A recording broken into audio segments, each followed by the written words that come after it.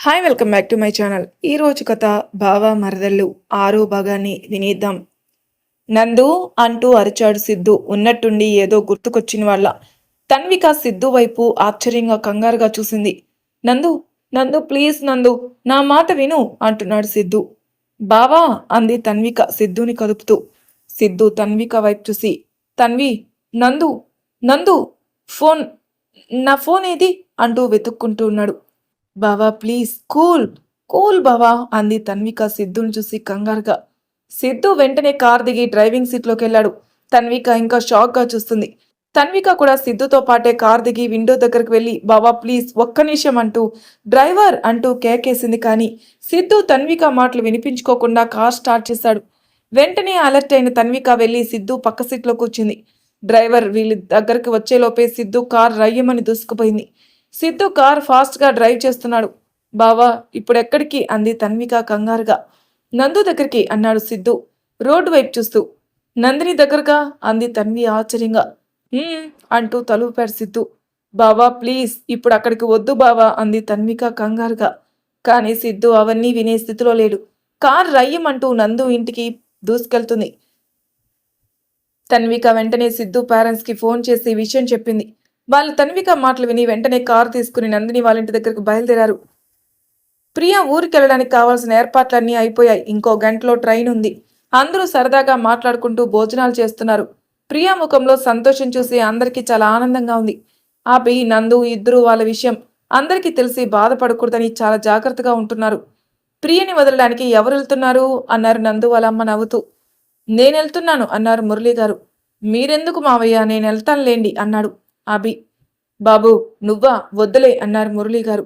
అవును వద్దులే అభి, మీ మామయ్య వెళ్తారులే అన్నారు నందిని వాళ్ళమ్మ నందిని వైపు చూస్తూ. కానీ అభి, ఎందుకు వద్దత్తయ్యా, నేను నందు ఇద్దరం వెళ్తాం అన్నాడు నవ్వుతూ. ఈ ఐడియా సూపర్ అంది ప్రియా సంతోషంగా. ఏం నందు వెళ్దామా అన్నాడు అభి నందిని వైపు నవ్వుతూ చూస్తూ. నందిని వాళ్ళ నాన్న వైపు చూసింది. ఆయన నవ్వుతూ సరే వెళ్ళిరండి అన్నారు. ఇంతలో నందు తమ్ముడు చెర్రి నేను వెళ్తా అన్నాడు. రే నువ్వెందుకురా మధ్యలో అంటూ ముద్దుగా కసిరారు నందు వాళ్ళమ్మ. ఆమె మాటలకి చెర్రి బొంగుమూత పెడితే అందరూ హాయిగా నవ్వేశారు. తినడం అయిపోయాక అభి నందు ఇద్దరూ కలిసి ప్రియతో పాటు కారులో బయలుదేరారు. ప్రియ వెనక సీట్లో కూర్చుంటే నందు ముందర డ్రైవింగ్ సీట్ పక్కన కూర్చుంది. అభి కార్ డ్రైవ్ చేస్తున్నాడు. వీళ్ళలా మెల్లగా గేట్ దాటుతుండగా సిద్ధు కార్ నందిని వాళ్ళ ఇంటి ముందుకు వచ్చింది. 2 కార్లు ఎదురుగా ఉన్నాయి. కానీ కొంచెం దూరంలో నందు వైపు సంతోషంగా చూసి కార్ దిగబోయిన సిద్ధు నందు మెడలో మంగళసూత్రం పక్కన అభిని చూసి అలాగే ఆగిపోయాడు. సరిగ్గా అప్పుడే వెనక నుంచి ప్రియా ఏదో జోక్ చెప్తూ ఉంటే నందు అభి ఇద్దరు సంతోషంగా నవ్వుతూ ఉన్నారు. ఆ దృశ్యం చూసిన సిద్ధు గుండెల్లో అగ్ని పర్వతాలు బద్దలయ్యాయి. నందు వాళ్ళ కారు సిద్ధు వాళ్ళ కారుని దాటుకుని ముందుకెళ్ళిపోయింది. నందు గాని ప్రియా గాని సిద్ధు కారుని గమనించలేదు. అభి మాత్రం డ్రైవ్ చేస్తూ క్యాజువల్గా సిద్ధు వైపు చూశాడు. కానీ అభి సిద్ధుని ఎప్పుడు చూడలేదు కనుక ఆ విషయం పట్టించుకోకుండా ముందుకెళ్ళిపోయాడు. వీళ్ళు వెళ్ళిపోయాక నందిని వాళ్ళ ఇంట్లో వాళ్ళందరూ లోపలికి వెళ్ళిపోయారు. సిద్ధు కార్ స్టీరింగ్ పట్టుకుని అలాగే కూర్చుండిపోయాడు. సిద్ధు కళ్ళల్లో నీరు. సిద్ధుని చూస్తుంటే తన్వికకి భయంగా బాధగాను ఉంది. కాసేపు సిద్ధుని అలా వదిలేసిన తన్విక సిద్ధు భుజం మీద చెయ్యి వేసి బావా అంది బాధగా చూస్తూ. తన్విక వైపు చూసిన సిద్ధు తన్వి, నా నందు అన్నాడు ఒక్కో అక్షరం కూడగలుపుకుంటూ.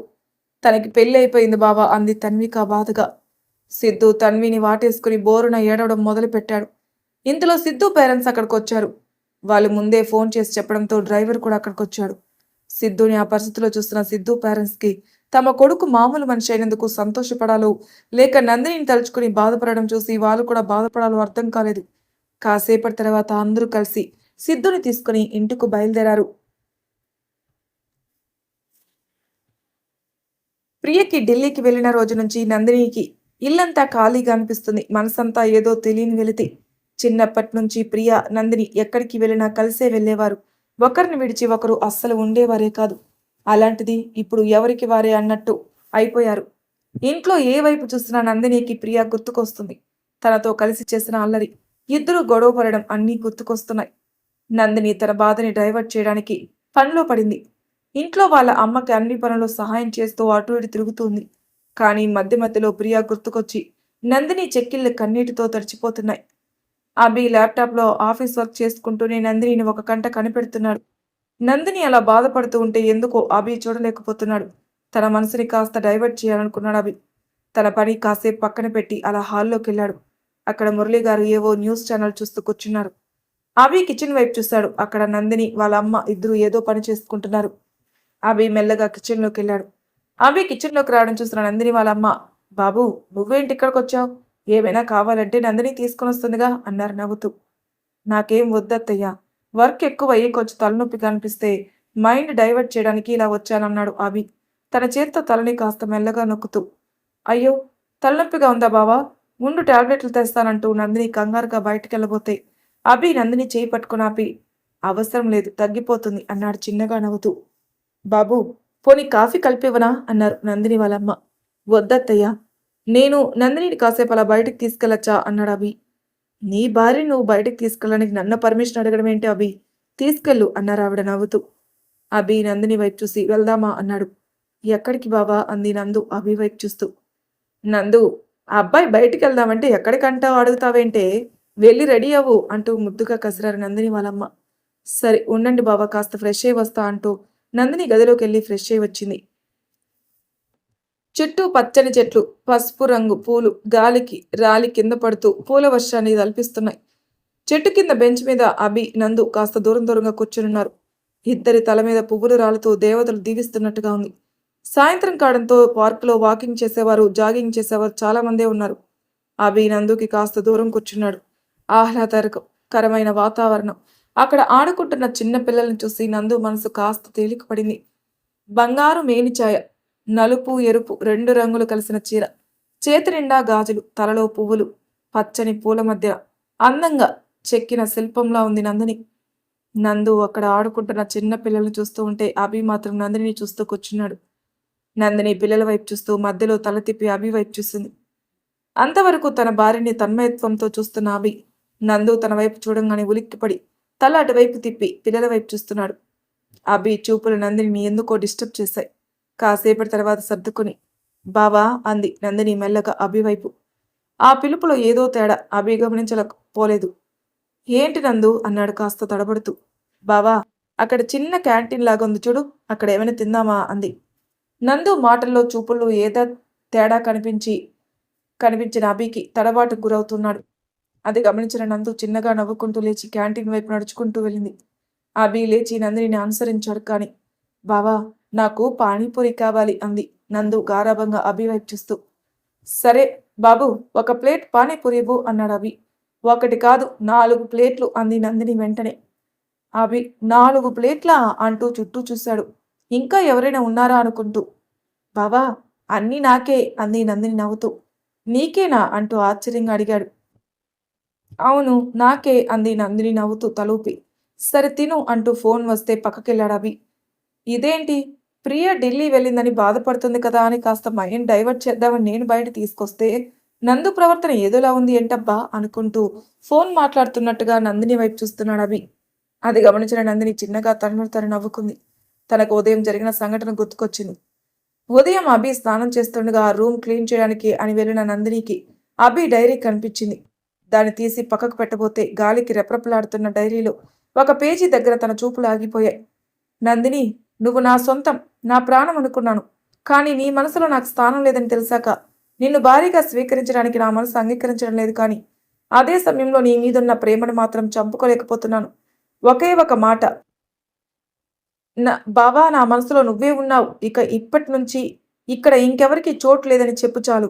జీవితాంతం గుండెల్లో గుడి కట్టి నిన్ను చూసుకుంటా.